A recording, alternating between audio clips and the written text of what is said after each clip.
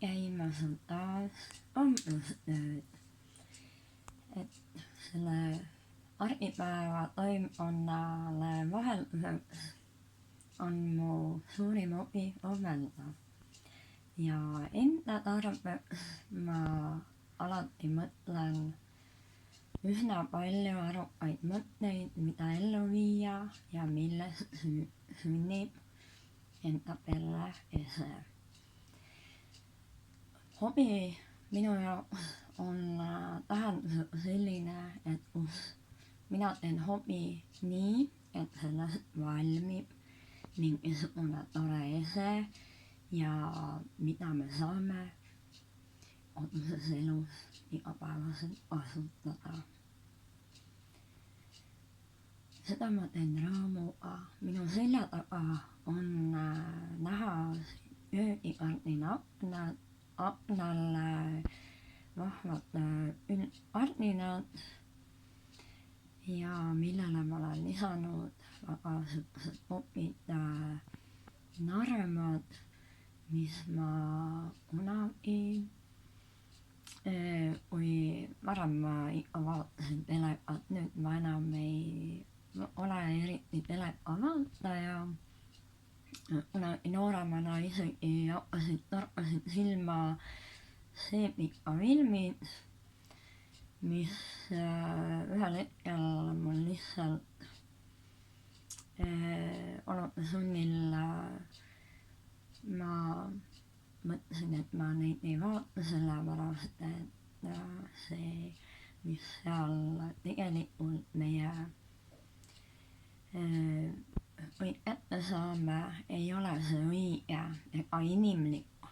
Seal on väga palju inimeste tagakiusamist, vaimset vägivalda, füüsilist. Aga mis ma sealt välja noppisin? Ma tavaliselt tegelikult vaatasin neid ilusaid kodusid ja just sealt hakkasid mulle silma kardinate juures narmad. Ja see ongi nagu ainuke selline elule nagu mõistlik, mis sealt ainult kaasa võtta annab, et tegelikult ma ei soovita seemikaid üldse vaadatagi. Aga kardinad on küll hästi sellised toredad, et need olid üsna kallid narmad, mida ma tookord ostsin. See on hästi siuke huvitav töö. Ja see on endale ilus vaadata, ise ma naudin oma kööki ja minu igapäevane elu põhiliselt koduses elus köögis möödubki. Siin ma õmblen, siin ma teen süüa, siin ma pesen nõud, siin ma istun teinekord vaatan vahel uudiseid. Facebookis käin ma viimasel ajal väga harva, ikka üsna harva, et kui ma käingi, ma korra natukene vaatan mobiiliga ja mul lihtsalt ei ole aega.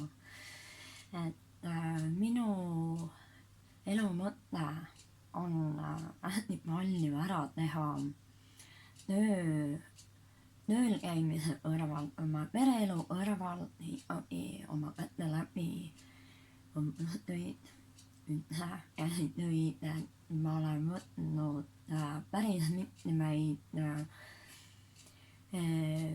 ettevõtmisi ette, mis ma tahan kõik ellu viia ja valmis saada. Et see kõik on aega nõudev, aga ma naudin seda. Ja kui need ikkagi vähehaaval siin valmivad, et ma ikka näitan neid. Ja see lihtsalt on minu selline tore aja naudingu aeg. Ja mõeldes praegu, ma just eelnevalt tegin postituse Facebooki, mõeldes ajale tagasi ja mõeldes sellele, et aja pärast 30. juulil on näitumas meie Ulma ilus päev ja sellele liites 5 aastat juurde saame 30 aastat ja jälgides aega tagasi, kui ma olin 17, 30 aastat tagasi, et mõtlen, et see on ikka uskumatu, kui kiiresti aeg läheb ja praegu ma hindan seda aega niivõrd, et ma püüan iga hetke võimalikult targalt kasutada, et seda viia ellu kasulikult, sest me kunagi ei tea, millal on see viimane päev. Sellele me mõtleme küll siis, kui üldse surmale alles siis, kui on keegi meie seast lahkunud.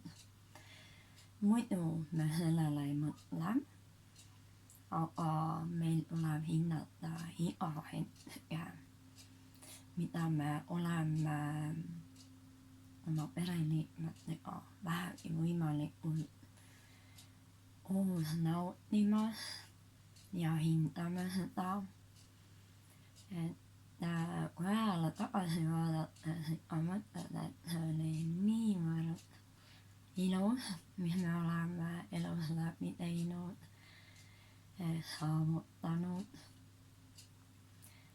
ja et meil sirgumas on lapsed põlvest põlve.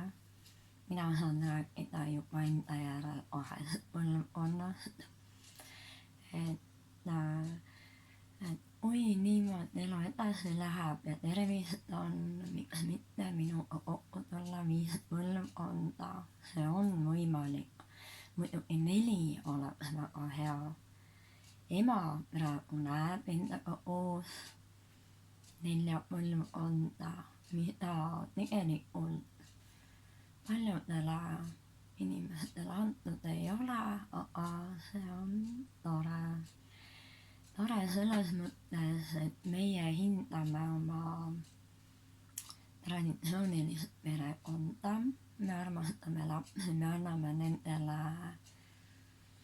ilusat eeskuju perekonna näol, me armastame, me anname ligimese armastuse. Väga tähtis on anda lastele nende esimesel 3 eluaastal ligimese armastus, mis tähendab seda, et me võtame neid palju sülle. Me hoiame neid.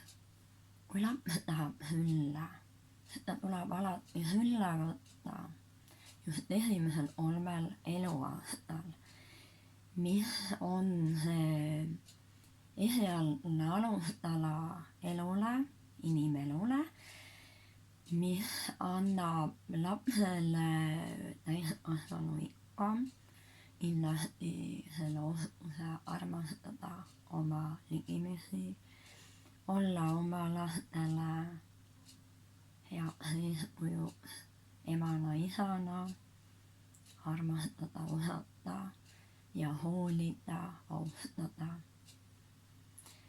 Et see ongi meie tore aeg, hindame seda ainsamat elu ja siit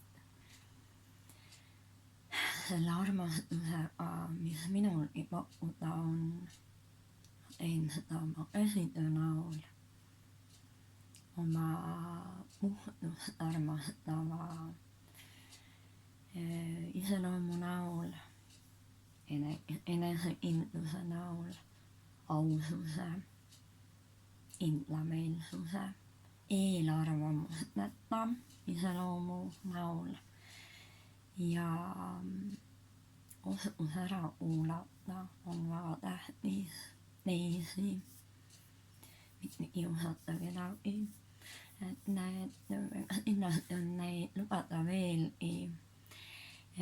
mis tegelikult annavad meile ikkagi edasi elule, edasi põlvest põlve inimeludele mõistliku elu, kvaliteetsema elu, et püüame olla meie need, kes anname edasi elu eeskujulikuna, hoida teisi inimesi, olla oma pereliikmetele alati toeks, neid ära kuulates, aidates, mõistes, hoiame üksteist, sest me ei tea kunagi, millal on viimne päev. Olge hoitud, olge õnnistatud, olge kaitstud, armastatud. Ma soovin teile kõigile ilusat elu ja ma ikka näitan teile siis oma tegemisi ja ma armastan neid kõiki. Olete väga tähtsad igal oma tegemistes, oma peredes, teie endi inimestele, kes teid väga vajavad ja hoolivad. Minul on oma osa kanda. Ja sügisest jätkan kindlasti peale suvepuhkust taas Rakvere sotsiaalkomisjoni liikmena. See, mis minul on võimalik anda, ma teen seda ja kohusetundega ma käin kohal, sest see on minu vaba valik, minu vaba tahe. Kui ma olen sinnani jõudnud, sest ma hindan väga perekonda. Ja parim pika abielu saladus on ikkagi hoolida, armastada, ära kuulata, hoida ja mis te ise arvate, ikkagi armastada ja veel kord armastada, oodata oma kalleid inimesi koju, olla nende jaoks alati olemas ja nii ta vaikselt lähebki ja ikka edasi olen teiega. Ilusat nädalavahetust.